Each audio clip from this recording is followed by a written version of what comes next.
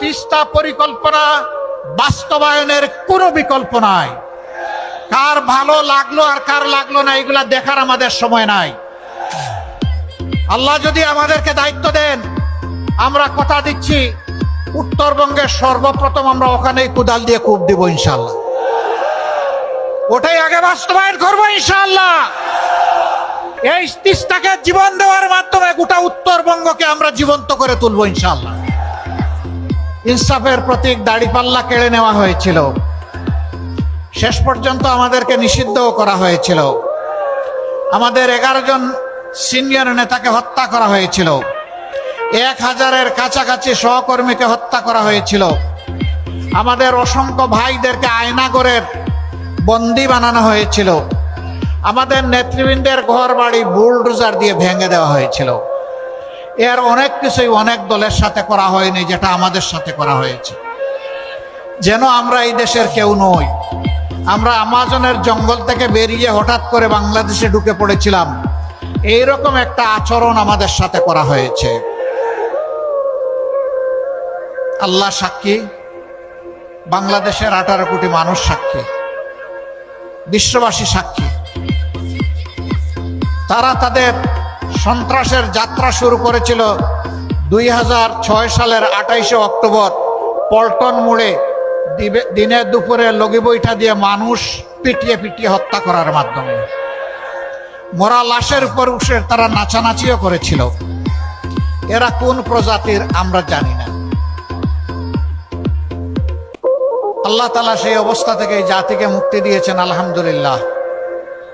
আমরা আশা করেছিলাম, শুধু আমরা নই, অন্যান্য রাজনৈতিক দল, আলিম উলামা, সমাজের সুশীল সিভিল সোসাইটির সদস্য, সাংবাদিক বন্ধুগণ, কাউকে ওরা ছেড়ে কথা বলেনি। আমাদের আশা ছিল 5 তারিখের পরিবর্তনের পর সকলে এখান থেকে শিক্ষা নেব, কেউ আর জনগণের সম্পদ, ইজ্জত এবং জীবনের দিকে হাত বাড়াবো না। আমাদের আশা কি পূরণ হয়েছে? রংপুরের মানুষ খুবই ভালো, শিক্ষিত এবং ভদ্র, অল্পে তুষ্ট। এই এলাকার মানুষ মোটেই চাঁদাবাজি করে না। এখানেও চাঁদাবাজ আছে? আহারে, তাইলে যাব কোথায়? এইরকম একটা এলাকায় চাঁদাবাজ আছে। এখানে বিভিন্ন স্ট্যান্ড দখল হয়, এখানেও হয়। এখানে মামলা বাণিজ্য হয়, এখানেও হয়। আমরা ছিলাম সবচেয়ে বড় মজলুম, আমরা তো ওইরকম মামলা করলাম না। আমাদের করা মামলায় তো শত শত আসামি নাই। আমরা আমাদের লোকদেরকে বলেছিলাম, অবশ্যই ন্যায় বিচার পাওয়ার অধিকার সকলের আছে, আদালতের আশ্রয় নেওয়ার অধিকার আছে, কিন্তু সাবধান, একটা নিরীহ মানুষকেও আপনার অভিযোগের তালিকায় অন্তর্ভুক্ত করতে পারবেন না। সুনির্দিষ্ট ব্যক্তি ছাড়া যে অপরাধ করেছে কাউকে মামলায় আসামি বানানো যাবে না। আলহামদুলিল্লাহ, আমরা হাজার হাজার মামলা করি নাই। যে কয়টা মামলা করেছি এর মধ্যে 8টা মামলা আছে যেখানে আসামি মাত্র 1 জন। কারণ ওখানে আমরা দ্বিতীয় কোনো দোষী ব্যক্তি খুঁজে পাইনি, এই জন্য 1 জনকেই আসামি বানিয়েছি। আমরা যাদেরকে আসামি করেছি তাদের কারো কাছ থেকে আমরা চান্দা বাট্টা উঠাই নাই। আমরা বলি নাই, হ্যাঁ তোমার নামটা হয়তো ভুলে ঢুকে গেছে, কিন্তু ঢুকে গেছে, এখন বের করতে গেলে কিছু খাজনা দেওয়া লাগবে। কাউকে বলি নাই। এ বাংলাদেশের মানুষ সাক্ষী। আমরা চাই না যে কোনো একটা নিরীহ নিরপরাধ মানুষ কারো প্রতিহিংসার শিকার হয়ে অথবা লোভ লালসার শিকার হয়ে একদিনের জন্য জেলের ভাত খাক, এটা আমরা চাই না। কারণ 15.5 বছর আমরা দফায় দফায় জেলে গিয়েছি, আমরা জানি জেল কি জিনিস। বিনা অপরাধে আমাদেরকে জেলে পুরা হয়েছে। আমরা জানি যারা অপরাধ না করে জেলে যায় তাদের মানসিক অবস্থাটা কেমন হয়।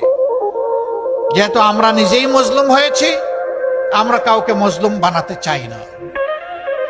আমরা কি চাই? আমরা চাই একটি সাম্যের বাংলাদেশ, একটি দুর্নীতিমুক্ত বাংলাদেশ, একটি চাঁদাবাজ মুক্ত বাংলাদেশ, একটি দখলবাজ মুক্ত বাংলাদেশ, একটি আধিপত্যবাদ মুক্ত বাংলাদেশ।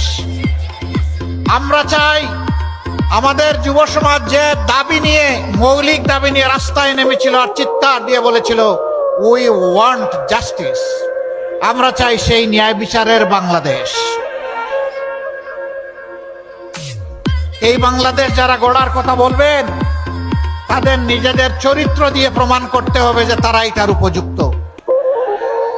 কোন অসৎ দুর্নীতিবাজ তারা যদি অনেক সুন্দর সুন্দর কথা এবং গল্প শোনায়, এদেরকে কখনো বিশ্বাস করবেন না।